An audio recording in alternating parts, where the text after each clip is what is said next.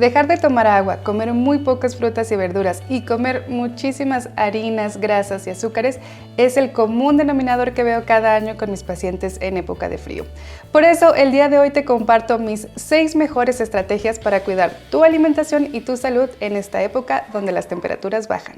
Hola querida comunidad saludable, soy la nutrióloga Alejandra Montañez y te doy la bienvenida a Educación Alimentaria, donde te comparto qué y cómo comer para cuidar tu salud. Y bueno, para nadie es un secreto que la temperatura ambiental es una determinante tanto en la preferencia como en la elección de nuestros alimentos.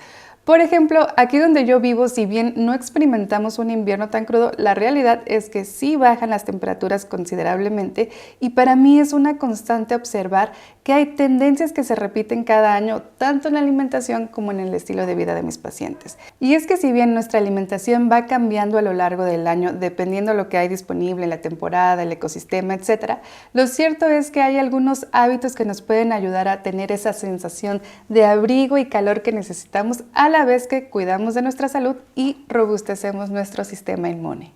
Así pues, comenzamos con las 6 recomendaciones. Y mi primera recomendación va en torno a la hidratación, porque muy seguramente en esta época del año no se te antojará tomar el agua a temperatura ambiente. Sin embargo, tomar un poco de agua tibia, infusiones o tés que vayan acompañados de especias como jengibre o canela te van a proporcionar esa sensación de calor que tanto necesitas.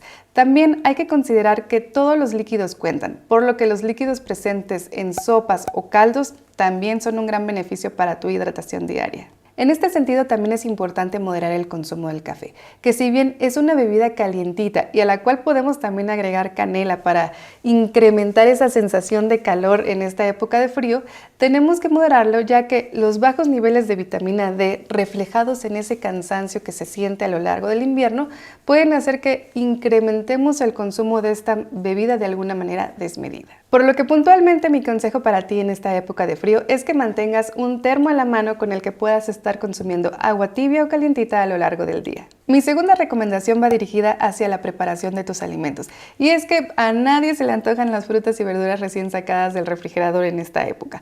Por lo tanto, tenemos que apalancarnos de buenas prácticas de cocina que nos permitan cocinar nuestros alimentos manteniendo la mayor cantidad de nutrientes posibles.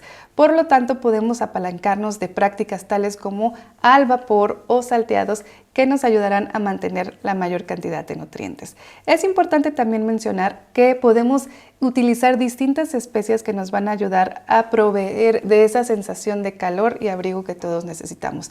Estas especias son, por ejemplo, canela, jengibre, cúrcuma, clavo, pimienta, entre otras. Los caldos o cocidos son una gran idea en esta época de frío y aquellos que se elaboran con huesos son muy ricos en minerales, por lo que son una gran opción. Solo asegúrate que se incorporas vegetales o tubérculos en estos caldos, no los sobrecosas para que puedan conservar su mayor cantidad de nutrientes. Mi tercer consejo va acerca de la calidad de los almidones que decides comer.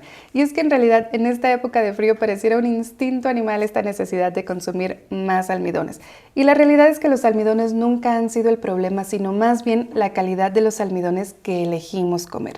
Para poder poner esto un poco más en contexto, te voy a explicar con una comparación.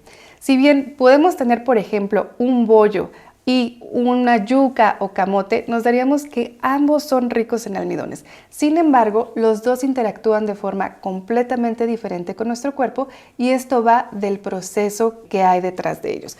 Y lo vamos a explicar un poco más. Para poder elaborar un bollo tenemos que, si es hecho a base de trigo, primero tenemos el trigo que posteriormente se libera de su fibra para poder convertirse en harina y una vez que es harina se procesa hasta poder crear el bollo. Por otra parte, si tenemos una yuca, un camote o una papa, que son también alimentos ricos en almidón, quizás lo más que podemos hacer para poder comerlos es hornearlos, cocerlos, etc. La diferencia que hay entre ambos alimentos es la presencia de la fibra. Y esta presencia de la fibra y este procesamiento mínimo es lo que impacta directamente tanto en nuestra sensación de saciedad, nuestro nivel de glucosa, nuestra salud digestiva, entre muchas cosas más en nuestra salud.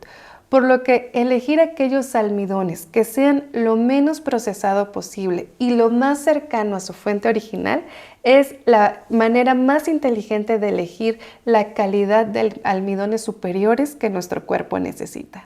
Mi cuarta recomendación va acerca del consumo de lácteos. Y es que si bien el consumo de lácteos fermentados con moderación siempre es una gran idea. Y con esto me refiero, por ejemplo, a kefir, yogurt, jocoque, búlgaros, etc. Sin embargo, estos suelen consumirse fríos y por lo tanto apetecerse mucho menos en esta época. Por otro lado, tenemos que la crema, el queso, la mantequilla suelen consumirse con muchísima más frecuencia y a veces en realidad en cantidades excesivas que pueden causar problemas digestivos indeseables para cualquiera de nosotros. Entonces, ¿cómo podemos hacer de incluir estos alimentos o seguir experimentando estas texturas sin que eso tenga un impacto negativo en nuestra salud? Empecemos por los quesos, que aquí mi recomendación es preferir aquellos que han pasado por un proceso de añejamiento que normalmente tienden a ser un poquito más ricos en grasa, de sabor más fuerte, con menos humedad, pero que también tienen el lado positivo de tener un menor impacto en nuestra salud digestiva. Aquí la clave, por supuesto, es consumirlos con moderación y con baja frecuencia, por lo que elegir quesos que ya vengan rebanados o porcionados de alguna manera nos pueden permitir disfrutar de ellos, pero en una porción más adecuada. Por otro lado tenemos la crema, que suele estar presente en muchísimos platillos en esta época. ¿Qué es lo que podemos hacer? En realidad aquí me gustaría sugerirte que experimentes con los frutos secos. Los frutos secos como por ejemplo la nuez de la India se pueden dejar remojando por algunos minutos o horas, después procesarse con algunas especias y obtener exactamente esa misma textura e incluso un sabor muchísimo más rico que con la crema. De la mano que también nos va a proporcionar grasas muy buenas y nos va a inflamar muchísimo menos que los lácteos. Y por último, en términos de la mantequilla, me gustaría sugerirte que pruebes con el ghee o ghee, que es la versión de la mantequilla clarificada, es decir, la mantequilla a la que se le ha despojado la proteína de la leche, la cual es la caseína. Esta tiene no solamente propiedades antiinflamatorias, sino que también es mucho más benévola con nuestra salud digestiva. Seguramente te inflamarás menos y la podrás disfrutar también en moderación.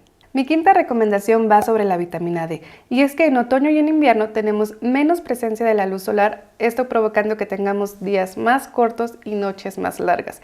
Ahora, ¿esto qué tiene que ver con la vitamina D? Pues absolutamente todo. La vitamina D se produce cuando la piel se expone a la luz solar. Durante el otoño y el invierno cambia la inclinación en la que los rayos del sol llegan hacia la Tierra. Esto provocando que, a pesar de que vivas en un lugar soleado durante el invierno, puedas tener niveles bajos de vitamina D, y esto impactando así en bajos niveles de energía y estado de ánimo, que a la vez tienen un impacto muy importante en nuestro sistema inmune.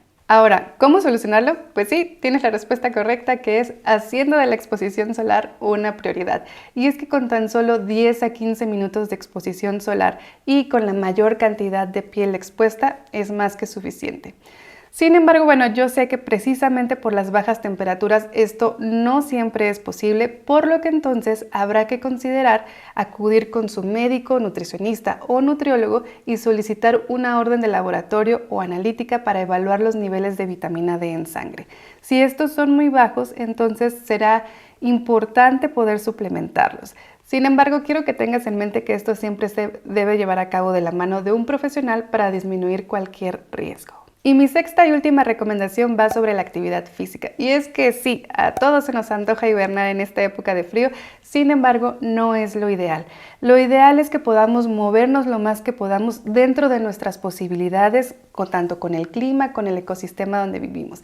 Entonces, si no puedes hacer mucho ejercicio al aire libre, trata de moverte en tu casa. La realidad es que cada vez se está estudiando más los impactos del ejercicio o el movimiento físico cotidiano. Es decir, subir y bajar las escaleras dentro de tu casa, hacer labores domésticas dentro de tu casa, ir caminando a la tienda, etc. Todo eso cuenta, y aquí lo único más importante es que evites el sedentarismo y que optes por el movimiento la mayor cantidad de tiempo posible. Por supuesto, todo suma, y si puedes incorporar ejercicios de fuerza, resistencia o equilibrio, qué mejor. Y como siempre le digo a mis pacientes, estas recomendaciones deben hacerse deliberadamente, es decir, a propósito, porque si no, las bajas temperaturas te invitarán a hacer lo contrario. Deseo hayas encontrado de valor estos consejos y puedas pasar una época de frío libre de inflamación y con mucha energía. Hasta la próxima.